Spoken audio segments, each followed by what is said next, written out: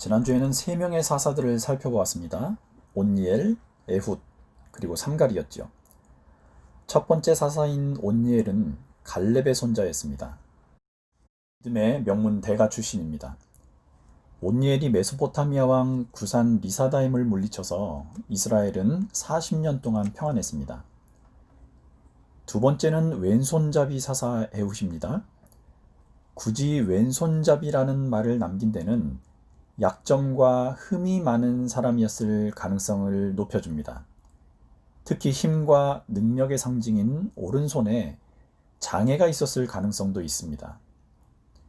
에훗은 곡물을 바치러 간다고 속였다가 모압 왕 에글론을 죽이고 요단 강변에 매복한 뒤에 왕이 죽고 철수하는 모압 병사 1만 명을 무찌르게 되지요. 그리고 이후 80년간 평화를 지켜냅니다. 세 번째는 삼갈이었습니다. 소 모는 막대기 하나로 블레셋 사람 600명을 죽였습니다. 삼갈의 이야기는 사사기 3장 31절 한 절뿐이었지만 가진 것이 소 모는 막대기 하나밖에 없었다는 점, 그리고 그 상대는 당시 신흥 해양 세력의 절대 강자로 등장하던 블레셋 사람들이었다는 점은 매우 시사하는 바가 큽니다. 이들은 일장에서 유다 지파에 의해서 세력이 꺾였던 민족이었지요. 그런데 시간이 흐르면서 오히려 이스라엘 사람들을 위협하기 시작했다는 것은 그 지역을 정복해야 할 이스라엘 민족들의 정신이나 신앙 상태가 어땠는지를 보여주는 거죠. 그래서 사사시대의 이스라엘 자손의 고질적인 병폐에 대해서 성경은 끊임없이 이렇게 말합니다. 오늘 본문 4장 1절입니다. 이스라엘 자손이 또 여호와의 목전에 악을 행하매. 자, 이 말의 어감을 잘 한번 떠올려 보십시오. 이 표현은 단순히 너 그러면 안 되는데 이런 정도의 의미가 아니라, 아니 네가 어떻게 그분한테 그럴 수가 있어?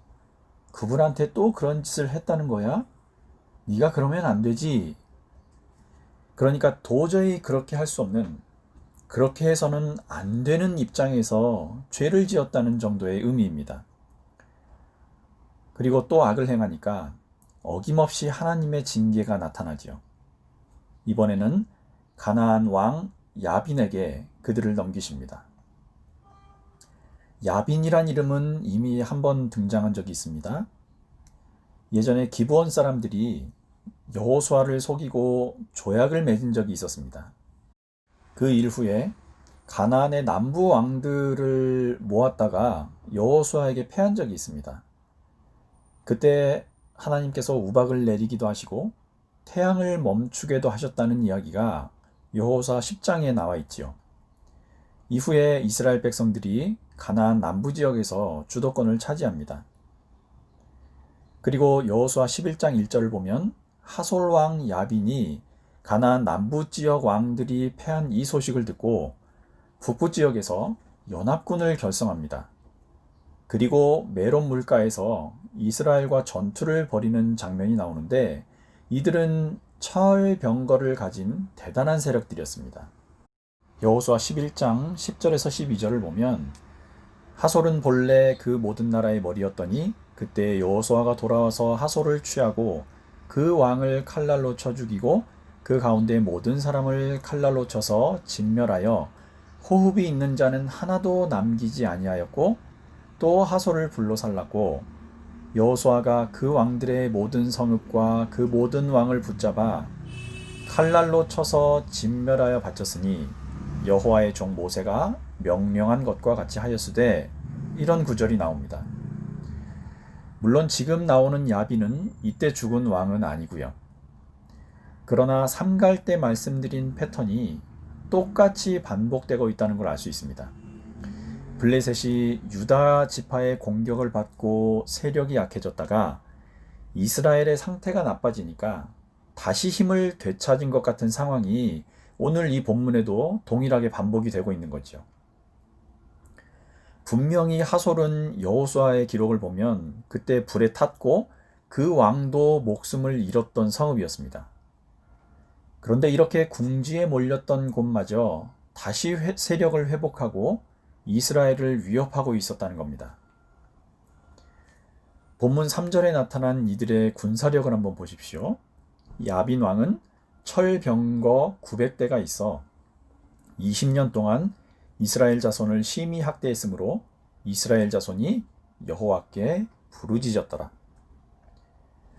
이스라엘 백성들은 다시 이들의 지배를 받다 보니까 지금 자신들의 처지가 불순종의 대가였음을 다시 한번 깨닫게 됩니다. 그래서 오직 여호와께 부르짖는 길만이 구원의 길이라는 것을 깨닫게 되지요. 그런데 이번에는 뜻밖의 사건이 벌어집니다. 하나님의 응답이 여선지자 드보라를 통해서 온 거지요. 오늘 본문 4절과 5절입니다. 그때 랍비돗의 아내 여선지자 드보라가 이스라엘의 사사가 되었는데 그는 에브라임 산지 라마와 베델 사이 드보라의 종려나무 아래에 거주하였고 이스라엘 자손은 그에게 나아가 재판을 받더라. 가부장적인 사회에서 너무나 드문 일이었습니다. 남성 중심 사회였음에도 이 드보라의 통찰력과 판단력이 얼마나 예민하고 정확했는지 백성들의 어려운 문제를 재판하기까지 했다는 사람이었다는 걸 알 수 있습니다. 드보라는 하나님의 부르심을 받고 바락을 부릅니다. 그리고 그를 통해서 이스라엘을 구원하려 하신다는 말씀을 전하지요. 그러나 이 바락은 선뜻 그 자리에 나서지 못하고 드보라에게 동행해 줄 것을 요청합니다. 본문 8절입니다. 바락이 그에게 이르되 만일 당신이 나와 함께 가면 내가 가려니와 만일 당신이 나와 함께 가지 아니하면 나도 가지 아니하겠노라 하니. 그러자 드보라가 함께 가겠다고 하면서 이번에는 이스라엘을 구원하는 영광이 당신에게 가지 않고 다른 여인에게 돌아갈 것입니다 라고 말합니다. 그리고는 바락이 스불론과 납달리 지파를 게데스라는 곳에 모으지요. 싸움을 하러 모인 사람들은 10,000명이었습니다. 그리고 야빈 쪽은 시스라라는 군대 장관이 이끄는 전 군대가 다 모였습니다. 그리고 그 규모는 철병거 900대와 모든 백성들이었다고 하지요. 15절과 16절입니다. 여호와께서 바락 앞에서 시스라와 그의 모든 병거와 그의 온 군대를 칼날로 혼란에 빠지게 하시매 시스라가 병거에서 내려 걸어서 도망한지라. 바락이 그의 병거들과 군대를 추격하여 하롯셋 학고 임에 이르니 시스라의 온 군대가 다 칼에 엎드려졌고 한 사람도 남은 자가 없었더라. 자, 이 전투에서 간신히 목숨만 구한 사령관 시스라는 자기 왕인 야빈과 서로 우호 관계를 맺고 지내던 헤벨이라는 사람의 장막으로 찾아갑니다. 헤벨이 누구였냐면 모세의 장인인 미디안 제사장 이드로, 루엘이라고도 하지요. 이 사람의 아들인 호밥, 그러니까 모세에게는 처남이었던 호밥이라는 사람의 후손이었습니다. 자, 그런데 여기서 좀 이상한 점이 있습니다. 민수기 10장 29절과 오늘 11절을 조금만 비교해 보겠습니다. 민수기 10장 29절입니다. 모세가 모세의 장인 미디안 사람 루엘의 아들 호밥에게 이르되 여호와께서 주마하신 곳으로 우리가 행진하나니 우리와 동행하자. 그리하면 선대하리라. 여호와께서 이스라엘에게 복을 내리리라 하셨느니라. 사사기 4장 11절입니다. 모세의 장인 호밥의 자손 중 겐 사람 헤벨이 떠나 게데스에 가까운 사하나님 상수리 나무 곁에 이르러 장막을 쳤더라. 모세의 장인은 이드로라는 사람인데 또 어디에는 루엘이라고도 되어 있습니다. 이 점에 대해서 학자들은 아마도 루엘이 이 모세의 장인의 본명이고 이드로는 제사장이 된 후에 얻은 공식적인 존함, 명칭일 거라고 추측합니다.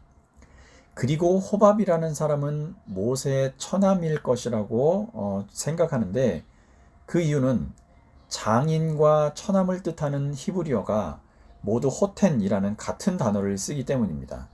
그래서 어디에는 모세 장인 미디안 사람 루엘의 아들 호밥 이렇게 나오고, 또 오늘 본문에서는 모세 장인 호밥 이렇게 좀 혼동스러운 명칭이 나오게 된 거죠. 자, 어쨌든 이 호밥이라는 사람은요, 광야에서 모세를 찾아와 이스라엘 백성들이 광야 생활하는데 큰 도움을 주었던 사람입니다.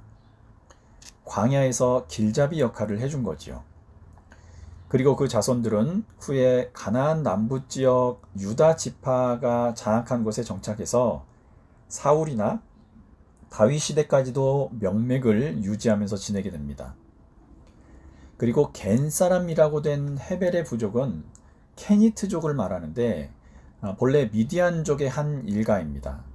유목민들이었고요. 이 호밥은 아말렉 족속과 어울려 살았고, 이 호밥의 후손들이 이스라엘 백성들이 가나안에 들어와서 주도권을 잡고 있을 때 이 네게브 지역에서 베두인족이라는 민족들과 함께 섞여서 지내게 됩니다. 이 케니트, 겐, 이 이름이 히브리어로는 카인, 그러니까 대장장이라는 말과 연관이 있다고 합니다. 그래서 아마도 이 겐족이라는 부족이 유랑 생활을 하면서 대장간도 운영을 했을 것이다. 그러면서 함께 유랑하던 부족들에게 쟁기를 만들어서 제공하는 역할을 했을 것이라고 추측하기도 합니다. 특히 이 지역에 동을 캐는 탄광이 발달해 있었다고 하거든요. 그리고 어쩌면 야훼라는 하나님의 이름도 이 겐족을 통해서 모세에게 전해지지 않았을까, 이렇게 추측하는 학자들도 있습니다. 어쨌든 모세의 처남 호밥의 후손인 헤벨의 아내 야엘이라는 사람이 시스라를 맞으면서 안심을 시킵니다. 그리고 그를 담요로 덮어서 숨겨주고 따뜻한 음료도 제공해 주지요. 싸움에 패하고 지쳐서 이곳까지 온 시스라가 잠이 드니까 야엘이 천막 말뚝과 망치를 가지고 몰래 다시 장막으로 들어와 그를 찔러 죽입니다. 이 장면은 마치 에훗이 모압 왕 에글론을 죽일 때처럼 상세하게 기록이 되어 있습니다. 오늘 본문 21절입니다. 그가 깊이 잠드니 헤벨의 아내 야엘이 장막 말뚝을 가지고 손에 방망이를 들고 그에게로 가만히 가서 말뚝을 그의 관자놀이에 박음에 말뚝이 꿰뚫고 땅에 박히니 그가 기절하여 죽으니라. 어쩌면 화친 관계에 있던 둘 간에 벌어졌던 이 일은 인간적으로 볼 때는 배신행위였죠. 그러나 사사 드보라는 그녀의 행위를 신앙적으로 매우 훌륭한 일이라며 크게 칭송하게 됩니다. 23절과 24절입니다. 이와 같이 이 날에 하나님이 가나안 왕 야빈을 이스라엘 자손 앞에 굴복하게 하신지라. 이스라엘 자손의 손이 가나안 왕 야빈을 점점 더 눌러서 마침내 가나안 왕 야빈을 진멸하였더라. 자, 이 전투 이후 전세는 완전히 뒤바뀌게 되고요. 얼마 지나지 않아서 가나안 왕 야빈은 이스라엘에게 완전히 망하고 맙니다. 자, 고대 이스라엘은 지금 우리의 기준으로 보아도 매우 성차별이 극심했던 사회였습니다. 그러나 오늘 주인공인 드보라는 이스라엘의 유일한 여성 사사이기도 했고 여사제이기도 했습니다. 재판관으로서 또는 군사 지도자로서 눈부신 활약을 보였던 인물인 거죠. 게다가 드보라의 명을 받아서 가나안 군사들을 물리친 공을 세운 사람은 바락인 것처럼 보이지만 사실 오늘 이 이야기의 주인공은 야엘이라는 여성입니다. 지난 시간 살펴봤던 왼손잡이 사사 에훗이나 소 몰던 목동 출신 사사 삼갈도 마찬가지였고요. 오늘 드보라와 야엘의 활약까지 보고 있으면 하나님께서 사람을 사용하시는 데는 그 사람이 본래부터 가진 능력이나 지위, 힘보다는 그 마음의 중심에 얼마나 하나님의 뜻과 마음이 들어있느냐, 또 그것을 얼마나 생활 속에 녹여내느냐에 따라 달라진다고 보아도 무리가 없습니다. 그리고 주목해야 할 부분이 하나 더 있습니다. 오늘 본문 1절을 보면 에훗이 죽으니 이스라엘 자손이 또 여호와의 목전에 악을 행하매 라고 기록되어 있는 걸 볼 수 있습니다. 이 구절의 원문을 보면 조금 더 상황을 자세히 알 수 있습니다. 원문을 직역해 보면 이렇습니다. 그리고 이스라엘 자손들은 여호와의 눈앞에서 다시 악한 일을 행했다. 그리고 에훗이 죽었다. 큰 차이가 없어 보일 수도 있지만 사실은 이스라엘의 상황이 어땠는지를 분명하게 보여준 구절이지요. 이 원문의 어순을 따르게 되면 이스라엘 자손들은 에훗이 살아있는 동안부터 다시 우상 숭배에 빠져들었다는 것을 보여주기 때문입니다. 에훗이 죽었다는 것은 그의 영향력이 끝났다는 말이지요. 그렇다면 에훗이 살아있는 동안에도 이스라엘은 사사 에훗의 영향을 많이 받았다기보다는 이미 우상 숭배에 가담하고 있었다는 걸 알 수 있습니다. 이민족들의 침입에서 구원은 받았지만 마음까지 하나님께로 돌아온 게 아니었다는 거죠. 사사 드보라는 40년 동안 사사로 있었습니다. 이것은 사사 에훗의 죽음 이후에 20여 년 만의 일인데 그동안 이스라엘은 점점 가나안 왕 야빈에 의해 압제를 당하고 있었습니다. 그렇다면 사사 에훗이 죽은 후에 곧바로 이방 민족의 압제를 받았다는 걸 말하지요. 백성들이 지도자가 죽자마자 등을 돌리는 경우는 없습니다. 그 이전부터 총체적으로 야훼 신앙을 버렸음을 보여주는 거지요. 단지 몇몇 사람의 선동이나 강압 때문이 아니라 자기들이 자발적으로 우상 숭배를 행했다는데 더 큰 문제가 있었습니다. 그리고 그런 현상에 무뎌지게 된 원인은 그 사람들의 주위에 그만큼 만연했던 사회적 풍습, 문화, 문명의 영향에서 스스로가 벗어나게 될 만큼 자신을 돌아보지 못했다는 데 있습니다. 이런 상황에 사회적으로는 약자였던 에훗, 삼갈, 드보라 같은 사람들을 들어서 강한 자들을 부끄럽게 하신 오늘 이 하나님의 방법은 참으로 주목할 만합니다. 특히 구약시대의 여성이 위기에 처한 나라를 건지고 다스린 일은 정말 흔치 않은 일이거든요. 자, 사사시대를 살펴보고 있습니다.